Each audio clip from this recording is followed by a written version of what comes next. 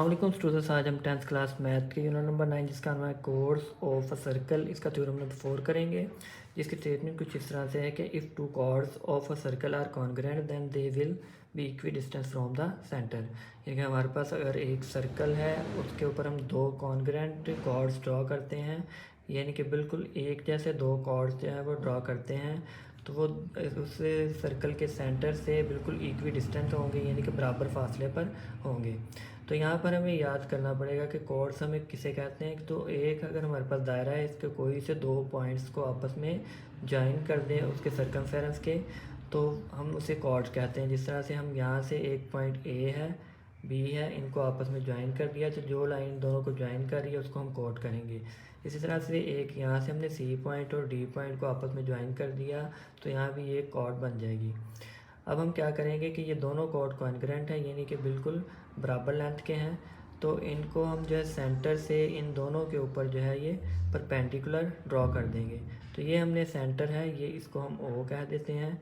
तो centre O से जो है हम यहाँ पे इस ए बी के ऊपर भी हम एक परपेंडिकुलर ड्रॉ कर देंगे और सी डी के ऊपर भी हम एक परपेंडिकुलर ड्रॉ कर देंगे। और जहाँ पर ये ए बी को कट करेगा इसको हम कह देंगे जी एच, और जहाँ पे ये सी डी को कट करेगा इस पॉइंट को हम कह देंगे के। तो इसके इस तरह से जो है वो परपेंडिकुलर जो है ए बी के ऊपर भी ड्रॉ हो जाएगा और सी डी के ऊपर भी यहाँ पे हम 90 का एंगल बना देंगे। तो यहाँ इस तरह हम गिवन में जो है वो लिख सकते हैं कि A B and C D are two equal chords of a circle with center O, with center at O। यानी कि O सेंटर से हमने एक सर्कल ड्रॉ किया और उसके ऊपर जो कॉर्ड्स ए बी है और सी डी है और दोनों क्या हैं, इक्वल हैं। इसके बाद हमने दूसरी जो चीज़ लिखनी है यहाँ पर वो है so that O H is perpendicular to है A B and O K is perpendicular to C D. यानी ये देख लें कि ओ एच जो है ए बी के ऊपर परपेंडिकुलर है और जो ओ के है वो सी डी के ऊपर परपेंडिकुलर है। ये हम सारा गिवन में लिख लेंगे। इसके बाद हमने प्रूव क्या करना है, प्रूव हमने करना है कि ये जो ओ एच है और ओ के है ये दोनों क्या हैं, इक्वल हैं। तो तभी हमें पता चलेगा कि ये जो दोनों कॉर्ड्स हैं ये सेंटर से इक्वी डिस्टेंस हैं। तो यहाँ पे हम लिख लेंगे कि हमने प्रूव ये करना है कि ओ एच इक्वल है ओ के। अब कंस्ट्रक्शन में क्या करेंगे, कंस्ट्रक्शन में मज़ीद हम जो वर्क करेंगे वहाँ यहाँ पे लिखेंगे join O with A and O with C. यानी कि ओ को हमने यहाँ से ए के साथ भी ज्वाइन कर देना है यहाँ से, और यहाँ से हमने सी के साथ भी ज्वाइन कर देना है। सो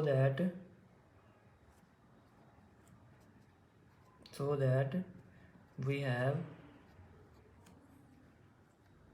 ट्रायंगल्स, हम लिखेंगे राइट एंगल्स ट्रायंगल्स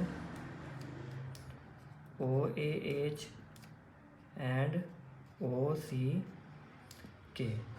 तो वो कह रहा है इस तरह से हमने ओ को ए के साथ और ओ को सी के साथ बिल्कुल इस तरह से ज्वाइन कर देना है कि हमारे पास दो राइट एंगल ट्रायंगल्स बन जाएं। ये देखें ना, यहाँ भी 90 का एंगल है, यहाँ भी 90 का एंगल है, तो दो राइट एंगल ट्रायंगल बन जाएंगी। एक है ओ ए एच, ये देख रहे हैं ओ ए एच, और दूसरी हमारी बन जाएगी ओ सी के, ए ओ सी के। अब हम इसको स्टेटमेंट्स और रीजंस के ज़रिए जो है इसको प्रूफ करेंगे इस पूरे थ्योरम को। तो यहाँ पर हम जब सबसे पहले जो है वो लिखेंगे OH बाइसेक्ट्स कॉर्ड AB। ये यहाँ पे देखें OH जो है वो AB को बाइसेक्ट कर रही है।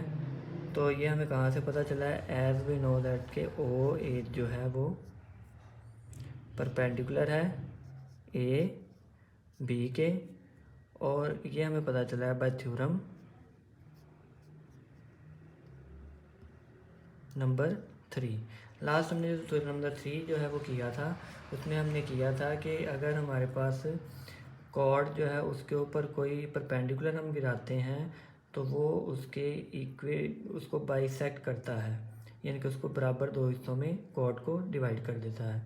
तो इसके बाद हम यहाँ पे देखते हैं, यहाँ लिख सकते हैं कि हम कह सकते हैं कि AH जो है वो इक्वल है हाफ ऑफ AB।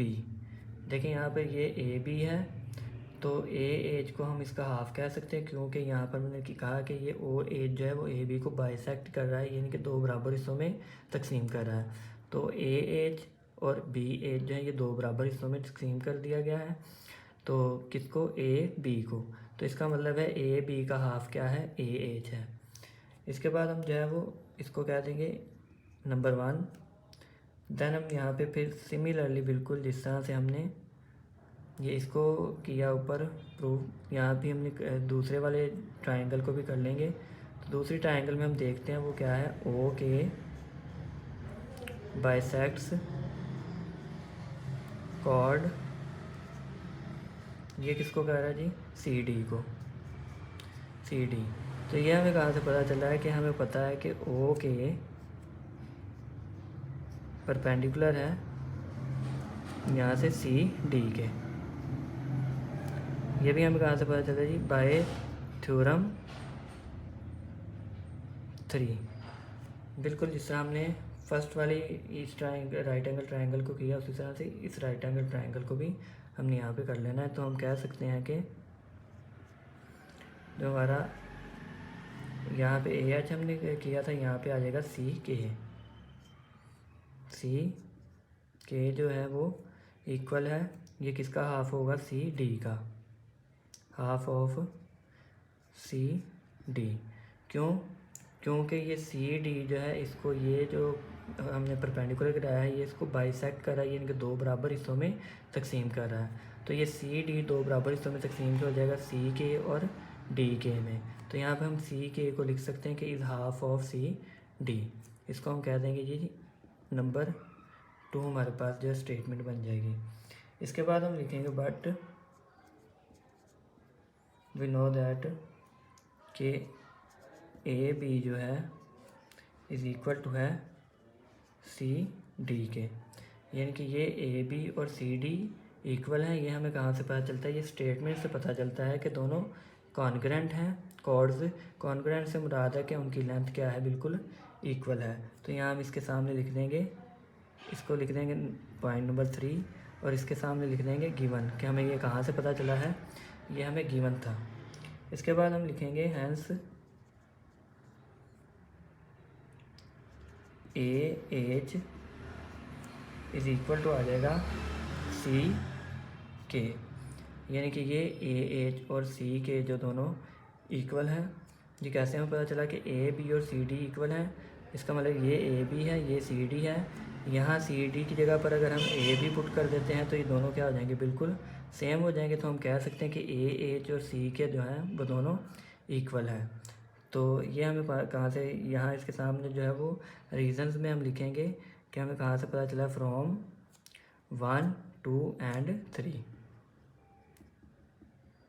2 एंड 3, यानी कि ऊपर वाले 3 जो पॉइंट्स हैं वहाँ से हमें ये क्लियर होगा कि AH और CK जो है वो दोनों इक्वल हैं, यानी कि AH एंड CK। तो हम दो ये राइट एंगल ट्रायंगल देखते हैं तो उसमें से हमें पता चल गया कि AH और CK जो साइड्स हैं वो दोनों क्या हैं? इक्वल हैं। इसके बाद हम यहाँ पे लिखेंगे नाउ,